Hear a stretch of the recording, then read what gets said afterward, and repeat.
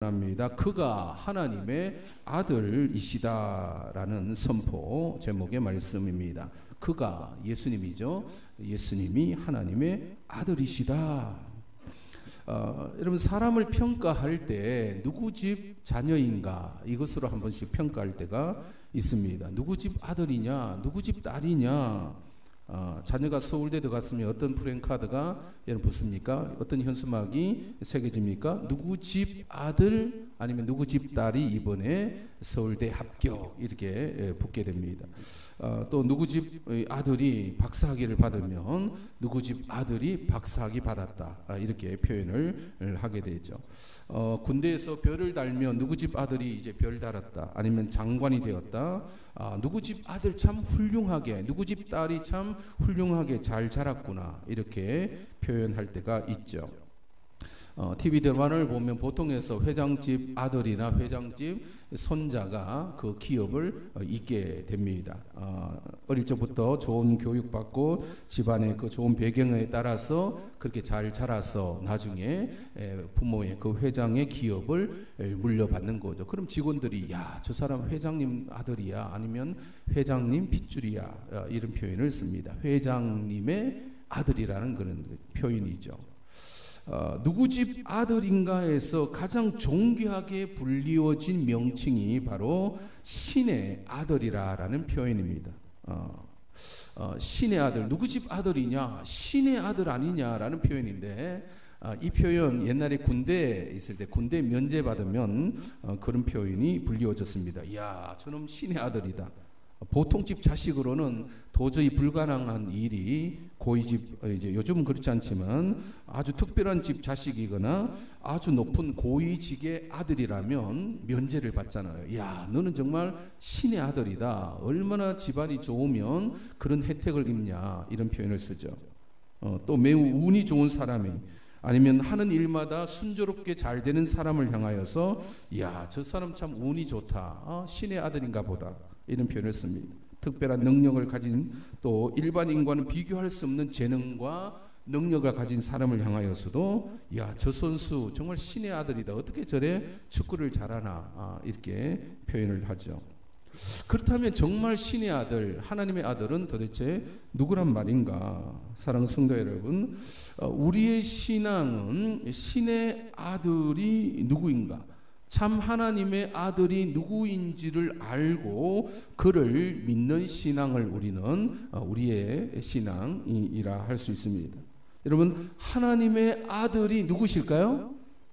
예수님, 하나님 아들이 예수님이심을 믿는 것이 우리의 신앙인 거죠. 그러면 이야, 정말 예수님이 하나님의 아들로서 얼마나 위대한 일을 하셨는가?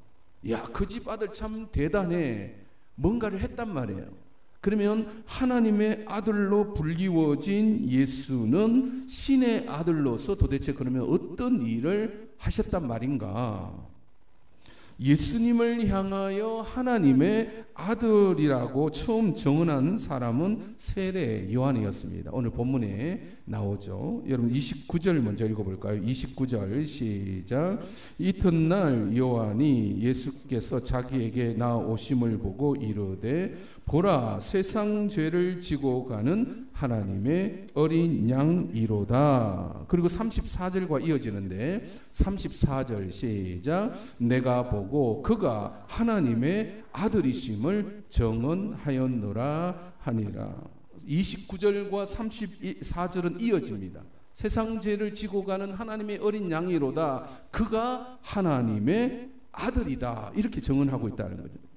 이 본문은 예수께서 40일의 금식 기도 동안 마귀로부터 시험을 받으신 이후에 다시 세례 요한의 집회 현장으로 왔을 때 세례 요한이 예수님에 대하여 이렇게 정언하고 있는 것이죠. 우리가 지난주 살펴봤듯이 마귀는 사람의 본능을 가지고 예수님을 시험했습니다.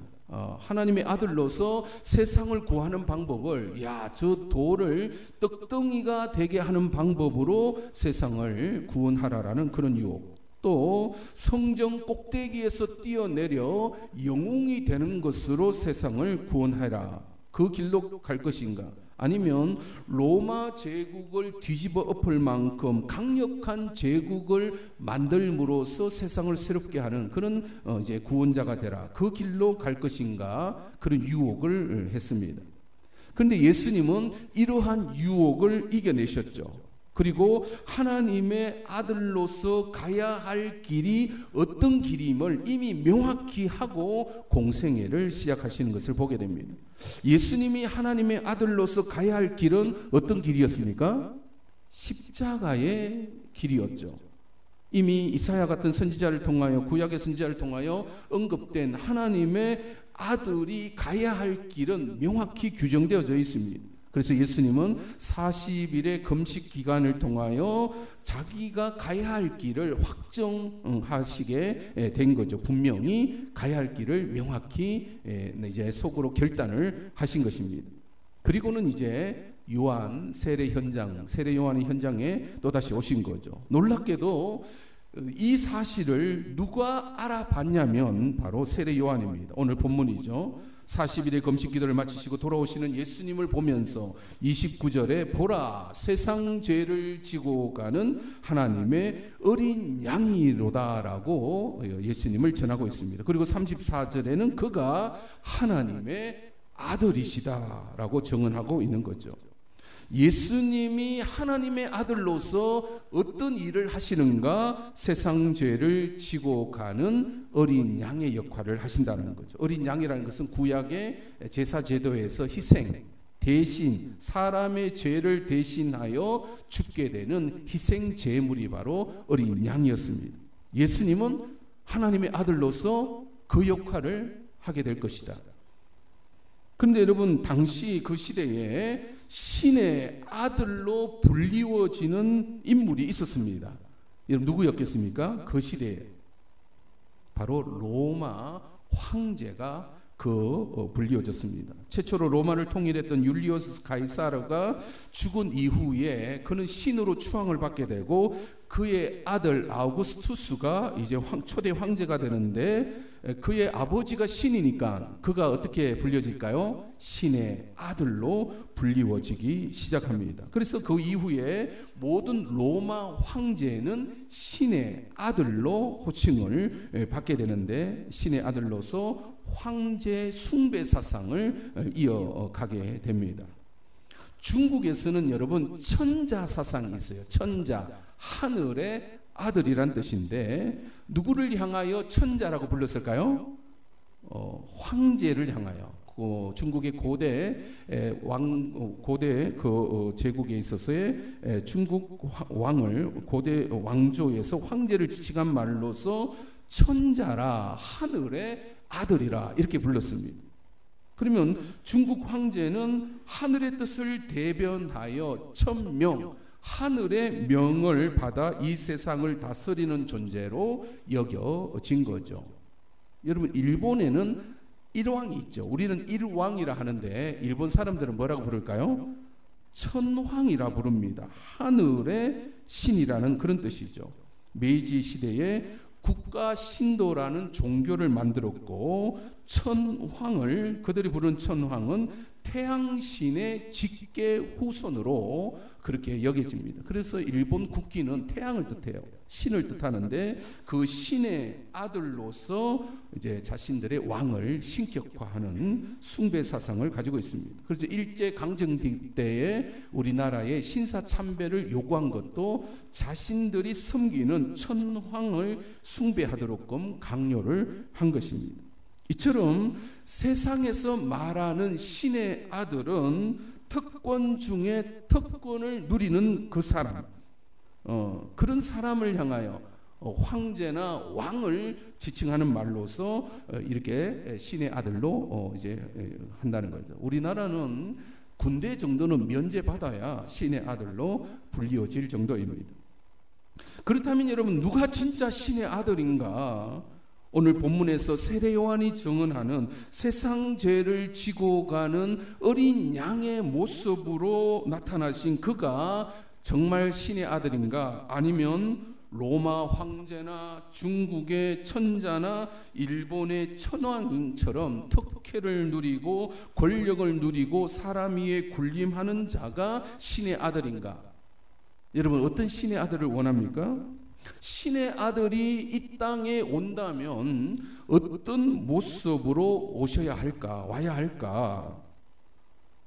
우리는 오늘 본문에 바로 세례 요한의 증언을 듣고 있는 것입니다. 예수님 당시 사람들은 예수님이 하나님의 아들이실 것이라는 것을 꿈에도 생각하지 못했습니다. 예수님은 그 당시 사람의 아들로 이해되어졌죠. 보잘것없는 요셉의 아들이요 목수의 아들일 뿐이었습니다. 세례 요한도 처음에 자기는 알지 못했다라고 말하고 있습니다. 오늘 30절 31절 읽어볼까요? 30절 31절 시작. 내가 전에 말하기를 내 뒤에 오는 사람이 있는데 나보다 앞선 것은 그가 나보다 먼저 계심이라 한 것이 이 사람을 가리킴이라. 나도 그를 알지 못하였으나 내가 와서 물로 세례를 베푸는 것은 그를 이스라엘에 나타내려 함이라 하니라. 세례 요한은 31절에 나도 그를 알지 못하였다라고 표현합니다. 그리고 33절을 봐도 나도 그를 알지 못하였다 이런 표현을 쓰고 있습니다. 세례 요한의 어머니가 엘리사벳이고 예수님의 어머니는 마리아이죠. 서로는 친족 관계였습니다. 엘리사벳은 나이가 많았고 마리아는 처녀이고 젊었기 때문에 이모 아니면 고모하고 조카 사이 정도였습니다. 따라서 세례 요한과 예수님도 먼 친척뻘 되는 그런 관계일 뿐이었죠. 전에 알고 있었더라면 단지 먼 친척 중에 한 사람이고 또 그 예수는 마리아의 아들로서 홀 어머니와 동생 6명을 이제 보살펴야 하는 맏아들 역할. 무슨 일을 하면서요? 목수의 일을 하면서 생계를 유지하는 정도의 사람의 아들로, 목수의 아들로 이해를 하고 있었습니다. 알지 못했다라는 거예요. 여러분, 오늘날에도 예수님을 하나님의 아들로 이해를 못합니다. 보통 학교에서는 예수를 어떻게 설명합니까? 4대 성인 중에 한 사람입니다.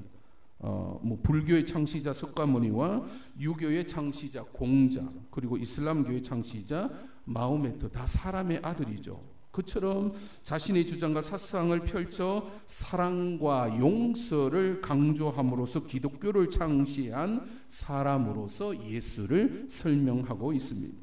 또 가난한 자들을 위하여 선한 행위를 많이 하셨고 당시 부패한 사회를 개혁하고자 했고 로마 제국을 향하여 저항하다가 십자가에 처형된 인물로 이렇게 설명을 하고 있습니다. 모두가 사람의 아들로 설명을 하더라는 것이죠. 또 어떤 사람은 예수를 사기꾼으로 이해합니다. 야, 사람을 많이 속인, 그래서 지금도 속고 있는 저 사람들을 봐라. 그렇게 이제 비웃죠. 야, 예수를 믿니? 내 주먹을 믿겠다. 이렇게 말을 하는 것입니다. 한마디로 예수님이 하나님의 아들이심을 믿지 못하겠다라는 거죠. 여러분, 사람들이 생각하는 신의 아들은 십자가에 비참하게 죽는 그런 모습이 아니어야 됩니다. 보통 사람이 생각한 신의 아들은 특권을 가진 왕궁에서 태어나거나 권력을 가지고 천하를 호령하는, 그렇게 다스리는 그런 자라야 신의 아들이지, 그 신의 아들이 무슨 십자가를 지느냐, 이런 식으로 이제 말을 하고 있는 것이죠. 그렇다면 어떻게 알게 되는가? 어떻게 예수께서 하나님의 아들이심을 알게 되는가? 세례 요한이 자기가 어떻게 알게 되었는가를 설명하고 있습니다. 32절로부터 34절 한번 읽어볼까요? 어떻게 예수님을 알게 되는가? 32절로부터 34절 시작. 요한이 또 정언하여 이르되 내가 봄에 성령이 비둘기같이 하늘로부터 내려와서 그의 위에 머물렀더라. 나도 그를 알지 못하였으나 나를 보내어 물로 세례를 베풀라 하신 그이가 나에게 말씀하시되 성령이 내려서 누구 위에든지 머무는 것을 보거든 그가 곧 성령으로 세례를 베푸는 이인 줄 알라 하셨기에 내가 보고 그가 하나님의 아들이심을 정언하였노라 하니라. 세례 요한에게 예수님이 하나님의 아들이심을 알려주신 분이 누구십니까? 바로 하나님이셨습니다. 하나님이 어떻게 알려주셨는가? 그 마음과 생각 속에 무엇을 알게 하셨냐면 성령이 내려서 누구 위에든지 머무는 것을 보거든 곧 그가 성령으로 세례를 베푸는 줄을 알라. 이것을 막 하늘을 울리면서 들려주신 것이 아니라 어디서 그 음성을 들려주신 거예요? 그 마음과 생각 속에서 그걸 일깨워 주신 것입니다. 근데 놀랍게도 하나님은 저와 여러분들에게도 동일한 방법으로 일깨워 주고 계십니다. 우리도 전에는 세례 요한처럼 예수님이 하나님의 아들이심을 알지 못했습니다. 여러분 예수님 알기 전에 예수님을 향하여 욕한 사람 있잖아요. 교회 다닌 사람 하찮게 본 사람들이 있습니다. 왜냐하면 예수님을 알지 못했기 때문에 그러합니다. 그런데 지금은 우리가 예수님을 하나님의 아들로 믿고 있다는 거예요. 이게 어떻게 가능하게 된 건가? 하나님이 알게 하신 것입니다. 어떤 방법으로? 성령으로입니다. 예수님이 하늘로 승천하시기 전에 제자들에게 이것을 말씀하셨습니다. 요한복음 15장 26절 27절에 보면 누가 우리에게 예수님을 가르쳐 주는가? 15장 26절 27절 시작. 내가 아버지께로부터 너희에게 보낼 보혜사 곧 아버지께로부터 나오시는 진리의 성령이 오실 때에 그가 나를 정언하실 것이요 너희도 처음부터 나와 함께 있었으므로 정언하느니라. 누가 예수님에 대하여 가르쳐 주신다고요? 성령 하나님, 보혜사 성령, 진리의 성령이 오실 때에는 그것이 가능하다라고 말씀하고 계십니다. 진리의 성령은 예나 지금이나 여전히 하시는 일이 있는데 어떤 일을 하시는가? 예수님을 정언하는데 예수님이 누구이심을? 예수께서 하나님의 아들이심을 깨닫게 하시는 일을 지금도 하고 계시는 것입니다. 여러분 저와 여러분들이 이전에는 예수님에 대하여 몰랐지만 지금은 예수님에 대하여 알고 알아가고 있는 이 과정에 누가 개입하고 계신다고요? 성령 하나님이 임하셔서 어디에? 내 마음과 내 생각 속에 임하셔서 예수께서 하나님의 아들이시구나라는 것을 알아가게끔 알게끔 지금 하고 계신다는 것입니다. 여러분 예수님을 하나님의 아들로 믿는 사람들이 하는 그 다음 행동은 당연히 뭐겠어요? 예수님이 하나님의 아들이십니다라고 정언하는 일을 하게 되더라는 것입니다. 세례 요한이 예수님이 하나님의 아들이심을 이스라엘에게 나타내기 위하여 그렇게 회개의 세례를 베푼 것처럼 저와 여러분은 오늘 우리는 이곳에서 양동에서 무슨 말을 하고 싶은가? 예수님이 하나님의 아들이십니다라고 정언하기를 원하고 있는 것입니다. 그가 하나님의 아들이신데 무슨 일을 하시는 분이시라고요? 보라 세상 죄를 지고 가는 하나님의 어린 양이시다. 예수께서 하나님의 아들로서 무슨 대단한 일을 하셨는가? 세상 죄를 지고 십자가에서 죽으신 것입니다. 사랑하는 성도 여러분, 세례 요한 때부터 오늘 저와 여러분이 이르기까지 계속해서 누군가로부터 이 소식은 전해지고 있습니다. 예수님이 하나님의 아들이십니다라고. 동서양을 막론하고 2000년 동안 이 소식은 전해지고 또 전해져 오늘 우리에게까지 전해지고 있는 것입니다. 이미 각 나라와 각 시대마다 특권을 누리고 권력을 누리는 사람이 신의 아들로 불리워지고 있었습니다. 그런데 그들은 다 가짜이고 예수님만이 참 하나님의 아들이시고 그가 우리의 죄를 위하여 십자가에 죽으셨습니다 라는 정언이 이루고 있는 것이죠. 하나님의 아들께서 왜 그 흉측한 일을 당하셔야만 했는가? 요한복음 3장 16절이죠. 같이 읽습니다. 시작. 하나님이 세상을 이처럼 사랑하사 독생자를 주셨으니 이는 그를 믿는 자마다 멸망하지 않고 영생을 얻게 하려 하심이라. 하나님이 세상을 이처럼 사랑하사 독생자, 무슨 뜻입니까? 하나밖에 없는 아들, 외아들을 우리에게 주셨다. 하나님의 아들을 우리에게 주시어 십자가에 달려 죽게 하셨다. 그 이유는 우리의 죄를 대신하기 위한 것이었다. 하나님께서 하나님의 아들을 이처럼 이제 사용하셨다는 겁니다. 하나님의 아들을 희생하시기까지 하셨는데, 그래서 누구를 믿으면, 예수님을 믿으면 구원을 얻게 되는 것입니다. 하나님이 아들이 아니고서는 그 일을 할 수가 없는 거예요. 예수님 외에 다른 신의 아들은 가짜입니다. 아무리 큰 권력을 가지고 권한이 있다 하더라도 그는 사람의 아들에 불과한 것이죠. 제2차 세계대전 패한 후에 일본의 히로히토 천황은 1946년에 이런 선언을 합니다. 인간 선언을 해요. 무슨 뜻입니까? 나는 신이 아니다라고 자기 자신이 그렇게 이야기했어요. 그런데 일본 사람들은 여전히 일왕을 천황으로 숭배를 하는 신앙을, 국가 신도라는 종교를 갖고 있습니다. 그래서 일본 사람들이 예수님을 하나님의 아들로 믿기가 그렇게 어려운 거예요. 사랑하는 성도 여러분, 우리가 믿고 따라야 할 하나님의 아들은 오직 한 분이심을 여러분 믿으시기 바랍니다. 누구시죠? 예수님입니다. 예수님은 하나님의 아들이십니다. 이야, 그 집 아들 대단해. 그러면 그 아들이 무슨 일을 하셨습니까? 무슨 일을 하셨다고요? 세상 죄를 지고 가는 하나님의 어린 양이로다. 내 죄를 위하여 십자가에 죽으신 아들이십니다. 이 일은 오직 하나님의 아들만이 하실 수 있는 거죠. 사람이 사람의 죄를 위하여 대신할 수는 없는 것입니다.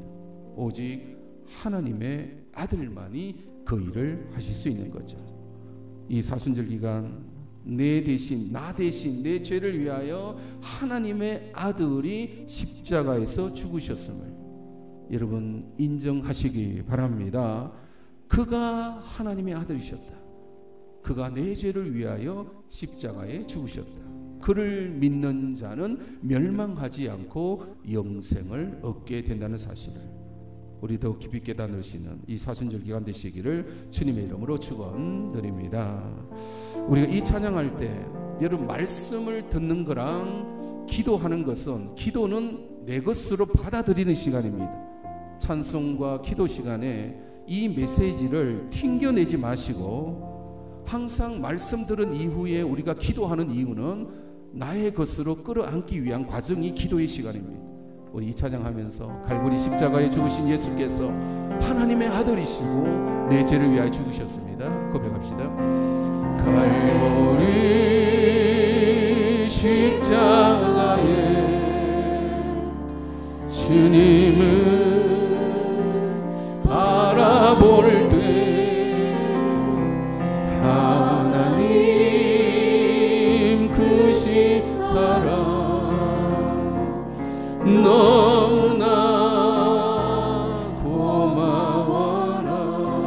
갈보리 십자가에 주님을 바라볼 때 하나님 크신 사랑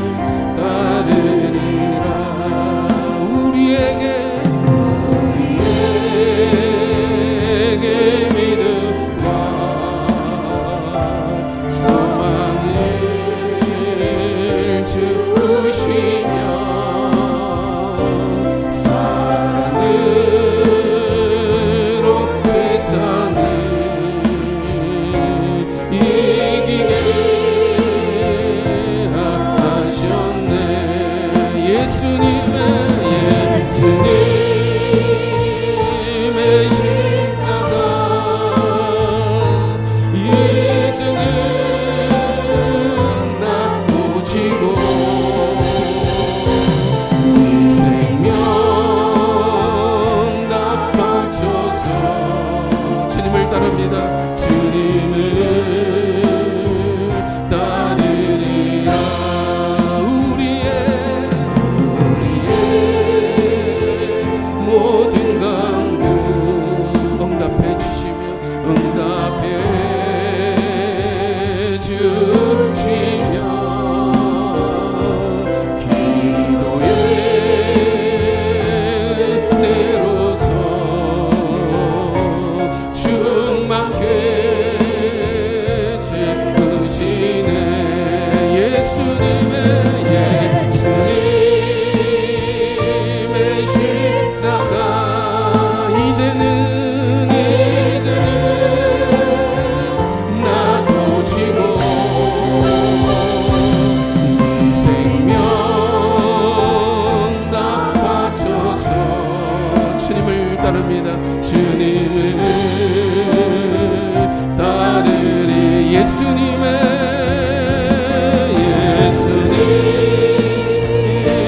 십자가 이제는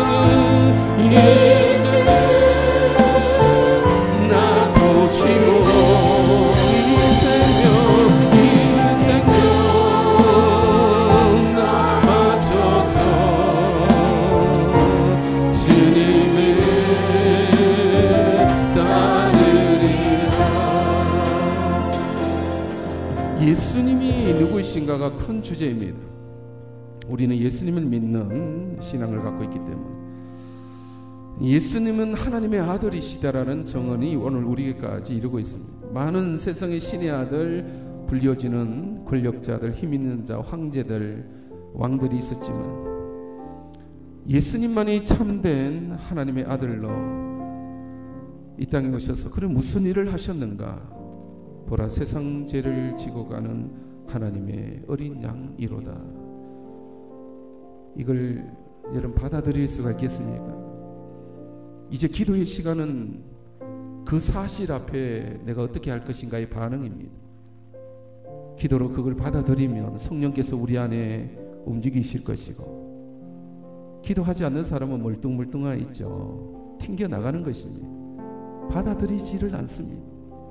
그러면 예수님과는 전혀 관계없는 사람이 되는 거죠. 예수님이 하나님의 아들로서 행하신 위대한 일이 있는데 그것을 모르면 멸망입니다. 자기 죄로 인하여 죽을 것이다. 그러나 그 받아들이는 독생자를 주셔서 이는 그를 믿는 자마다 멸망치 않고 영생을 얻게 될 것입니다. 그것은 하나님의 아들만이 하실 수 있는, 주여 그 예수 그리스도가 하나님의 아들이심을 믿는 믿음을 우리에게 허락하여 주시옵소서. 그가 나를 위하여 그런 일을 행하셨는데 그러면 나는 무엇을 할 것인가? 예수가 하나님의 아들이심을 증언하는 일에 동참케 하여 주시옵소서. 함께 동성으로 마음을 모아 기도하겠습니다.